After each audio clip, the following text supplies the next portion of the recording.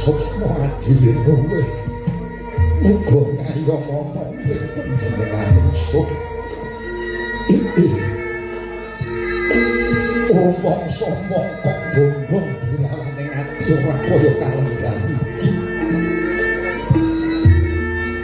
Putu Prabu Pancala Radya lan Putu Prabu Mandaraka padha kepareng rawuh mapan negara Wirata kene nggih padha becik sakrawuhmu mapan ana Wirata Putu Prabu Pancala. Inggih Kanjeng Hyang. Piyantuk berkamane Supaduka Sama Prabu Basmapati Narendra kakuning jagat Widodo lampah kula sembah pangabekti kula unjuk Hyang Prabu. Iya. Pune yang kapa karya mongko bombong dirawane ati. Ora liwat pangestune yang ora ditampanono Putu Prabu Drupada. Inggih Hyang Prabu. Kasabong tangan kula kalih kakung didadosa jimat taripe Hyang Prabu. Putu Mandaraka. Nggih. Putu Prabu Salyapati padha becik sakrawuh ana Wirata kene. Waduh. Inggih Kanjeng Hyang Prabu. Diyawasake berkah pangestu paduka Kanjeng Hyang. Ing rumantah dumateng ing wayah ing Mandaraka nirbayane Wikara Durga mendak kala sirna keparengmu ing wayah ngaturaken sembah sumutuning pangabekti marang tuanku dikunjuk awan sandha pemodo Kanjeng Hyang kawula non inggih Kanjeng Hyang.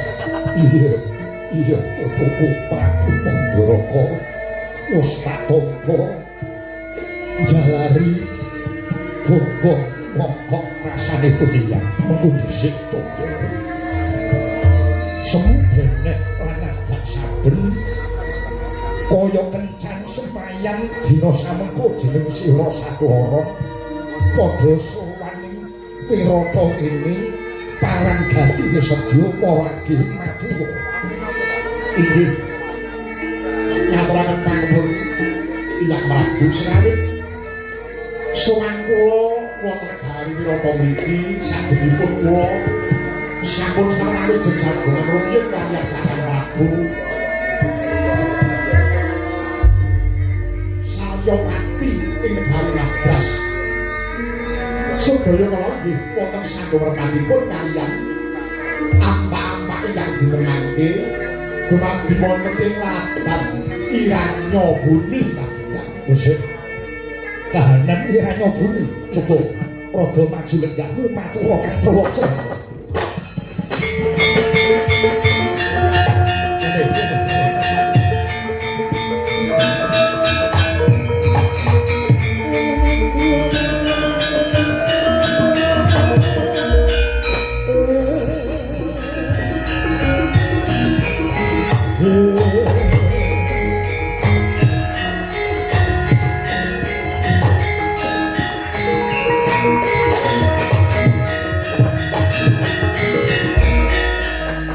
Kayata maturna kang binasika pinasthita ati Kusuma pepucangku kekuwira kang wae rudrahing priya. Coba matur kang Prawaca kahanan Iranyabuni sambung rapete awan jeneng sira kuwi ana apa? Makaten Hyang Prabu. Sesambetan kaliyan ampak-ampak ingkang diremangke dumadi wonten negari Iranyabuni. Sejatosipun negari Iranyabuni menika wonten gandeng jenengipun kaliyan negari Pancala Hawit. Durika semanten negari Iranyabuni menika wujudaken nagari mardikan ingkang sejatosipun tasih kalebet wewengkon negari ing Pancala Radya ing muni Kanjeng. Oh, dadi biyen Iranyabumi kuwi masih ke bawah Pancala Radya. Kaluhuran. Wedene dina samengko Mangiru piye Kanjeng ya? Heeh. Itu Pandharaka piye? Matur piye? Monggo dhisik wae matur. Kusik Yai Prabu Drupadi. Kepriye Kakang Prabu? Gajeke nalika semono siadi ngampiri marang pun Kakang bakal lumawat menyang negara Wirata. Bener ya mengkono to Yai Prabu. Iya Kakang Prabu. Nanging siji kang dirembuk nalikane Yai Prabu Drupadi tumeka nang negara Mandharaka kuwi jarene bakal kejak menyang negara Wirata saperlu martelake nggone Semar bangun kayangan. Musik tadi jane lakone apa ben? Menika kabeh padha percaya. Menika iki desa menika Yai Prabu Drupadi. Musik Kakang Prabu. Oleh ku matur marang panjenengan iki mau mung kanggo srana supaya panjenengan Kakang Prabu iki mau kersa tak kanthi sawetara negara Wirata kene kok Kakang Prabu. Wah. Ya, dadi rembuke abot kaya ngene iki kudune aku rak ya persiapan to Yai. Mongko lakon sing paling tak seneng iki Semar bangun kayangan mergane ora mikir. Musik Lah kok tekan iranya bumi barang ya wis yen pancen kaya ngono margagi badut monggonmu saprembug kelawan Kanjeng ya. matur Kang Drawaca sambung rapete apa kelawan negara Wirata Nggih.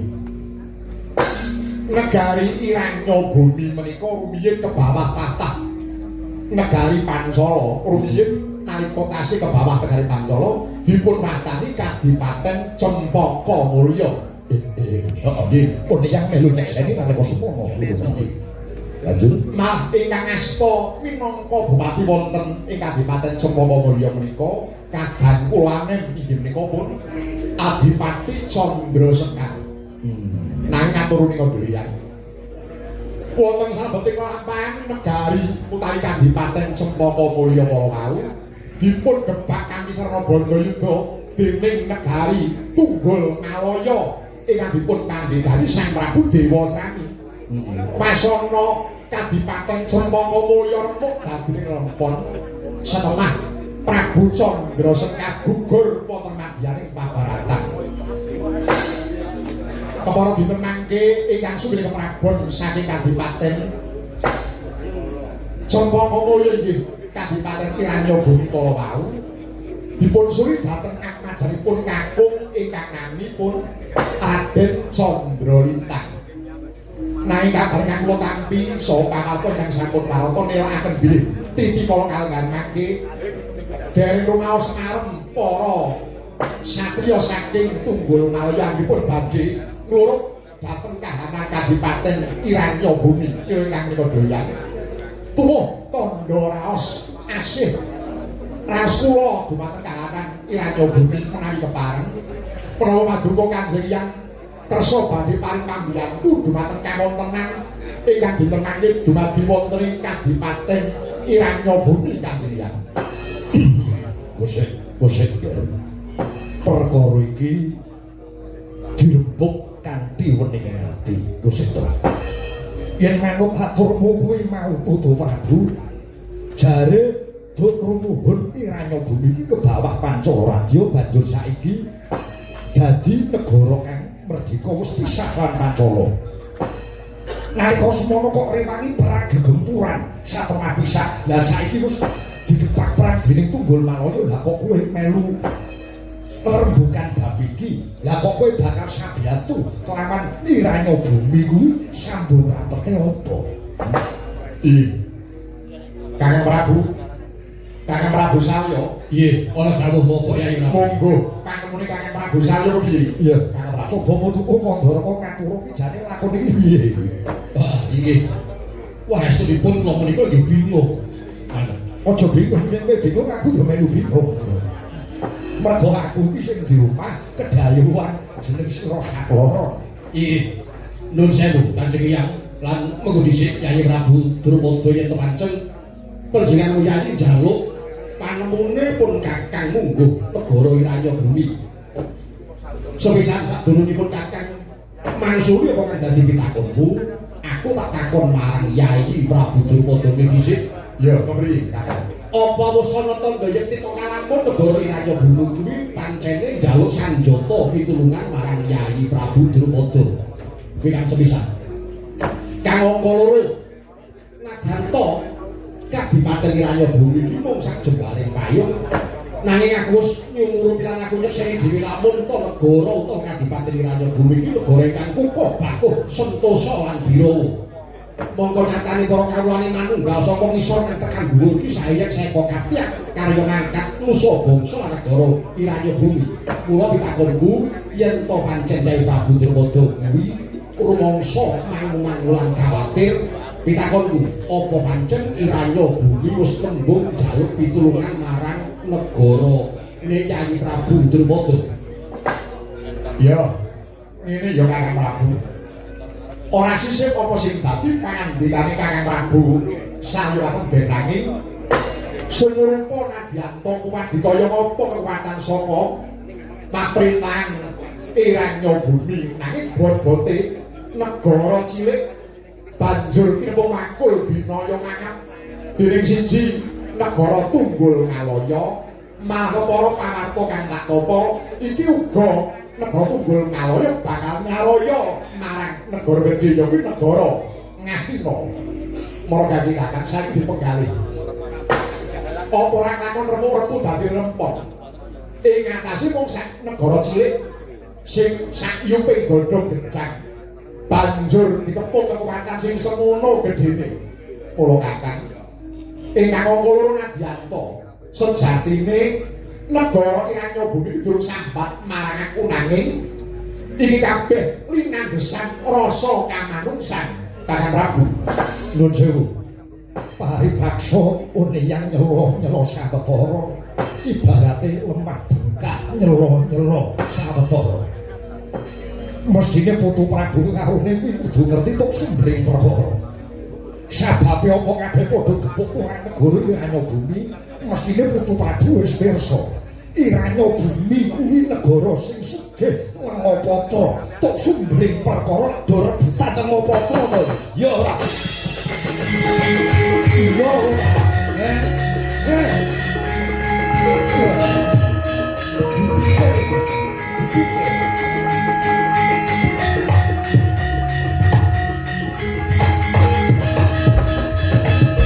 Ora manungsa ngrenggang gati karo nanging aswase. Nek margo hamal hakun. Bener ora? Aja-aja putuku Pancana Putu Prabu Drupada mbelani Iranya Bumi jeneng sira ya mung bakal ngalap asile bumi wujude Langapatra kuwi. Inggih, menika ugi ingkang kula gerba Kanjeng Hyang. Banjur sambak-sambak karo wong tuwa. Pun yang enak-enak lenggah kapenak mapan ana Wirata. Arep kok jak nderek dosamu sakloron kuwi mau. Ya pangapunten Kanjeng Hyang. Apa dene Kakang Prabu Salya? Ya, kepiye ya? Kula badhe kok manggih. Nadyanto sedaya sampun pirsa bilih Iranya Bumi menika satunggalipun papan panggenan ingkang kebak. Punika menika wujudipun Langapatra. Mongko lajeng sampun kacetha bilih negari sanesipun kadosta negari Tunggul Ngalaya bareng Ngastina kala wau. Tartamtu badhe ngalap dhateng sumber ingkang mapan wonten negari Iranya Bumi kuwatosi manah kula. Lah yen saben-saben ana negara kang duwe wewentu bumi kang bisa diolah kinarya katentreman kang sata kamulyan para kawula.